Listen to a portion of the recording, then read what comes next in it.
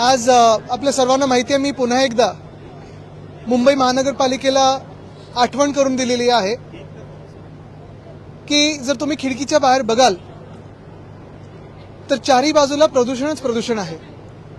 खरं तसं पाहायला गेलं तर जिथे आपलं अधिवेशन चालू आहे मुंबईमध्ये, महाराष्ट्राची राजधानी, हे असं वातावरण असताना, प्रदूषित सगळीकडे वातावरण असताना, मी हाच प्रश्न आयुक्तांना विचारला होता की हे प्रदूषण जे आपण गेले 3-4 वर्ष पाहतोय, सरकारकडून काही उत्तर येत नाही, तुमच्याकडून काही ठोस उपाययोजना होत नाहीयेत. नेमकं ह्या शहरात गुंतवणूक येणार कशी? कोणी नवीन आपण पाहतो की जे गुंतवणूक करायचं असेल किंवा राहायला यायचं असेल किंवा स्वतःच्या नागरिकांना देखील जो त्रास होत आहे, सर्दी असेल, खोकला असेल, व्हायरल असेल, जे काही बाकीचं होत आहे, ॲलर्जीचं जे काही सर्दी खोकला होत आहे, त्याच्यातून सुटकेचा एकच विषय आहे, तो म्हणजे तुम्ही ह्या प्रदूषणावर काहीतरी ठोस पर्याय काढणं. पण कुठेही अजूनही महानगरपालिकेकडून काही उपक्रम दिसत नाहीये, काही कार्यक्रम दिसत नाहीये, जाग आलेली देखील दिसत नाहीये. हे दुर्दैव आहे. तसंच दुसरी गोष्ट म्हणजे आत्ताच मी आपल्या सर्वांसमोर त्या सोशल मीडियाच्या माध्यमातून आणलेलं आहे की एक पत्र लिहिलेलं आहे मुख्यमंत्री महोदयांना. संभाजीनगरमध्ये, छत्रपती संभाजीनगरमध्ये एका ॲनिमल शेल्टरमध्ये जी घटना घडली तशी परत घडू नये आणि ज्यांनी ती जे काही क्रूर प्रकार त्या श्वानांवर केले असतील तसंच त्यांना, त्या लोकांना शिक्षा मिळावी बाहेर चौकात, ही मागणी केली. आदित्यजी, शहरातील लहान मुलं, वृद्ध आणि नागरिकांच्या आरोग्यावर कोणताही परिणाम हवेच्या गुणवत्तेमुळे झालेला नाही, असा दावा पंकजा मुंडे यांनी केलेला आहे. आता हे पर्यावरण मंत्र्यांचं उत्तर आहे, पण मी एकच विनंती करेन त्यांना की छापील उत्तर जे शासनाकडून येतं ते वाचून दाखवण्याच्या आधी एकदा जे आम्ही एक प्रथा पाळत होतो की खरं काय आहे, कारण शासनाकडून उत्तर येतं हे खरे आहे, अंशतः खरे आहे, हे खरे नाही, असंच उत्तर येतं ते.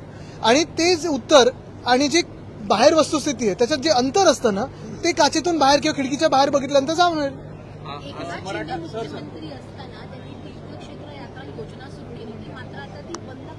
हो, मला वाटतं त्यांच्यासाठी तीर्थक्षेत्र म्हणजे केंद्रात गृहमंत्र्यांचं घर, बस. मराठा आरक्षणाच्या संदर्भातला जो निर्णय घेण्यात आला होता तो 6 महिने झाले तरी अजून प्रत्यक्षात आलेला नाही असं दिसतंय. एकंदर जी आरक्षण प्रमाणपत्र देण्याची जी प्रक्रिया होती ती काही तांत्रिक गोष्टींमध्ये अडकल्यामुळे ही सगळी प्रक्रिया खोळंबल्याचं आता समजतं. बघा, हे सगळ्या ज्या गोष्टी आहेत ना, म्हणजे आरक्षणाचा विषय असेल किंवा मग कर्जमुक्तीचा विषय असेल, अशी कितीतरी घोषणा आम्ही निवडणुकीच्या आधी ऐकल्या होत्या. आता लाडकी बहिणीचं देखील काय झालंय, किती लाडक्या बहिणी त्याच्यातून कमी केलेल्या आहेत. आणि हेच आमचं सांगणं आहे की विरोधी पक्षनेता, कदाचित हे पहिलं बजेट सेशन असेल जिथे ना विधान परिषदेत ना विधानसभेत विरोधी पक्षनेता आहे. नेमकी भाजपला भीती एवढी का आहे, ह्याचं उत्तर तर मिळतच नाहीये. पण आता निवडणुका झाल्या म्हणजे सगळं काही स्थगित करायचं आणि आनंदात कारभार चालवायचा, अशी मनस्थिती आहे का? अशी मनस्थिती असेल तर हे पण सगळं गुंडाळा ना, आपण कशाला रोज रोज इथे येतोय मग?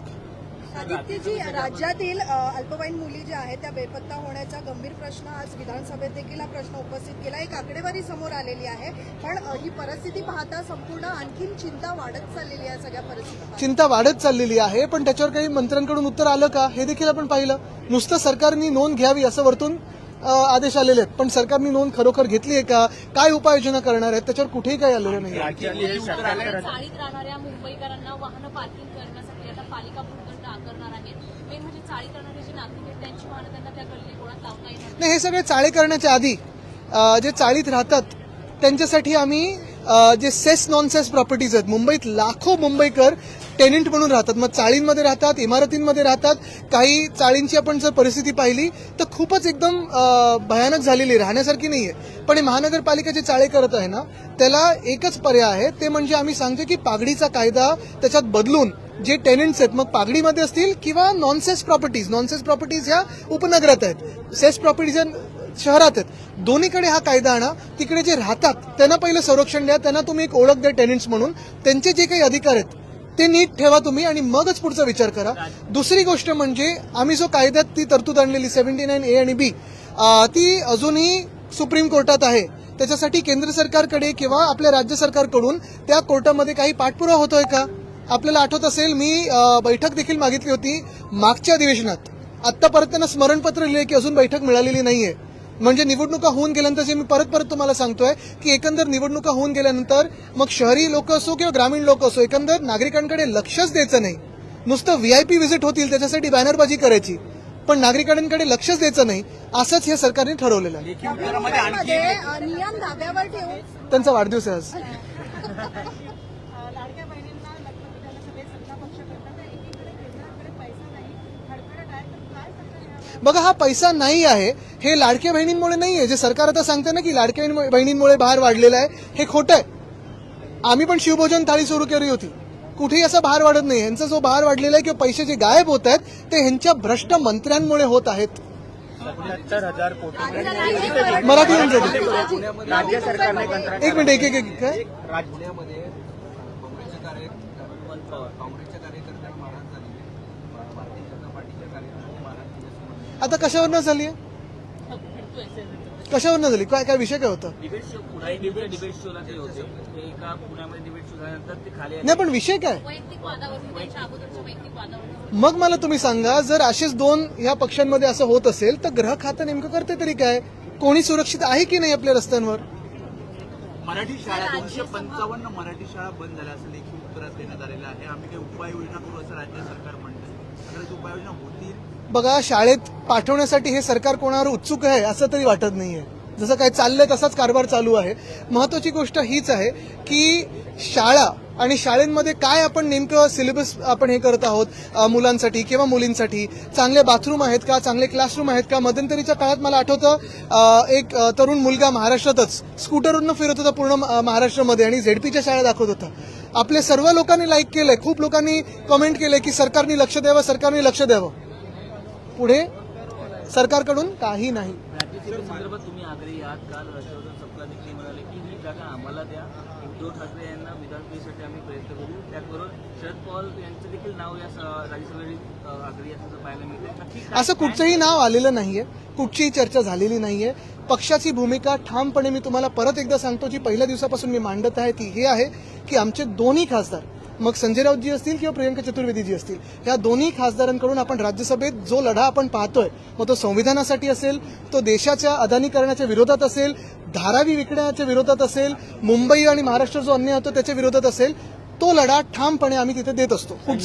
कुठचाही काँग्रेसचा वॉकआउट असेल कुठचाही इंडिया आघाडीचा आता इंडिया आघाडीमध्ये मला माहित नाही किती लोक आहेत पण आम्ही आणि ठराविक जे लोक आहोत जो काही वॉकआउट असतो जी काही भूमिका असते ते दोन्ही ठामपणे मांडत असतात.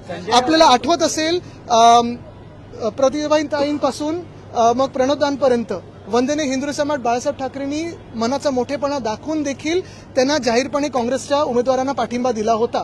तसंच एकमेव आमचा पक्ष आहे जो आता ह्या पूर्ण 5 वर्षाच्या काळात इंडिया आघाडीमध्ये ठामपणे राहिलेला आहे आणि म्हणून आमचा आग्रह आहे की आमचे दोन्ही राज्यसभाच्या सीट ह्या महत्वाच्या आहेत आणि त्यांच्यावर दावा आमचा आहे. हा दावा एका बाजूला लॉजिकल आणि प्रॅक्टिकलच्या बाजूने बोलतोय दुसऱ्या बाजूला जर आपण पाहिलं तर संख्याबळ जर पाहिलं आणि एमबीएचं जे काही संख्याबळाचं प्रिन्सिपल जर पाहिलं तर तो आम्हाला मिळालं पाहिजे कारण 2020 मध्ये आम्ही एक सीट एनसीपीला दिली होती तशी. मतमतांतर दिसतात यावरून आदित्यजी डिझेल खरेदी ही राज्याबाहेरून देखील केली जाणार आहे. विशेषतः गुजरात किंवा तमिळनाडू ज्यांचं वॅट कमी आहे ह्यांचं इंजिन ते गुजरातच्या याच्यावर चालतं ना. आदित्यजी पण त्यामुळे राज्यसभेच्या वसुलीचा वरून फटका हा राज्याला बसणार आणि आहे. तुमचं वेगवेगळं बिलकुल नाहीये. परवा ते बोलले ना पक्षाची भूमिका आहे ती आहेच. परत ते तुमच्या लोकांनी शरद पवार बघा काय तुम्हाला ऐका परत तुम्हाला सांगतो जी पक्षाची ठाम भूमिका आहे राज्यसभेबद्दल ती मी मांडलेली आहे. तसंच पक्षाच्या आमदारांचं पण मत आहे जे ह्या राज्यसभेसाठी मतदान करतात. तुम्ही आग्रहीपणे डिझेल खरेदी अहो, आग्रही नाही ही भूमिकाच आहे आणि हे सत्य आहे तथ्य आहे. साहेब एमएसआरटीसीच्या त्या डिझेल खरेदीमुळे राज्याचा तोटा होणार आहे.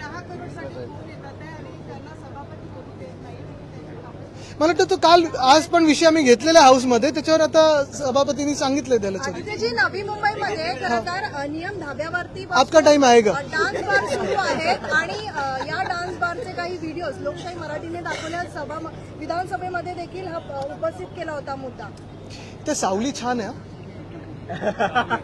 ड्रग्सचे प्रकरण देखील वाढत चाललेलं आहे. एमएसआरटीसीच्या त्या डिझेल खरेदीमुळे राज्याला मात्र तोटा होणार आहे. त्यामुळे गुजरात किंवा तमिळनाडू या दोघांकडनं त्यांना डिझेल खरेदी करावी लागेल. बघा अनेक गोष्टी ज्या आम्ही लोकांसमोर आणत आहोत मग अगदी ते गिफ्ट सिटी असो बुलेट ट्रेन असो किंवा आता हे डिझेलचं प्रकरण असो ह्यांनी आपल्या राज्याचा तोटा होणार आहे.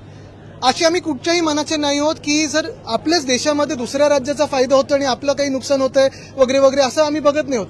पण मुद्दाम कोणीतरी ह्याच्यात आपल्याच राज्याचं नुकसान करायचं म्हणून ही भाजपची जी भूमिका आहे त्याचा आम्ही विरोध करतो. नवी मुंबईमध्ये जे एपीएमसी पोलीस ठाणे आहे तिथे बाहेरच ड्रग्जचं प्रकरण जे आहे ते समोर आलेलं आहे. जे 2 तरुण आहेत ते दिसत आहेत त्याच्यामध्ये. पण अशा पद्धतीचं नवी मुंबईमधले हे सगळेच प्रकरण वाढत चाललेलं आहे. काय फक्त नवी मुंबई नाही, आज मला वाटतं अनेक आमदारांनी आमच्या दोन्ही बाजूच्या खरं तर ही चिंता व्यक्त केलेली आहे की महाराष्ट्रामध्ये ड्रग्जचं प्रकरण खूप वाढत चाललेलं आहे.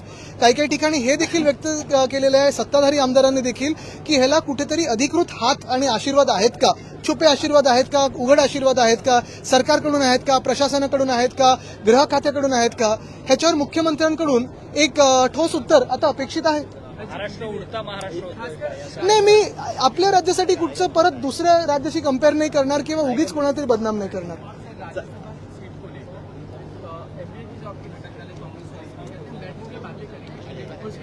चंदा रे बैठेंगे बातें करेंगे.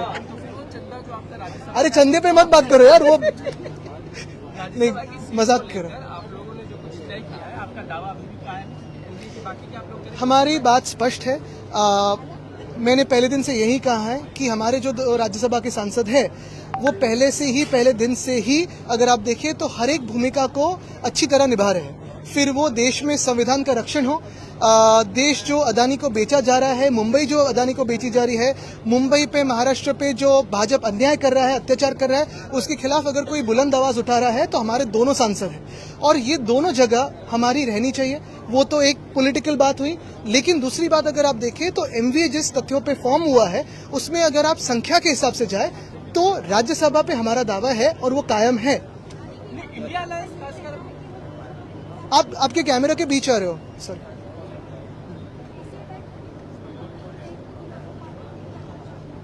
हमारी 2 सीट कायम है और हम उस पे कायम है. नाम तो सुना ही होगा.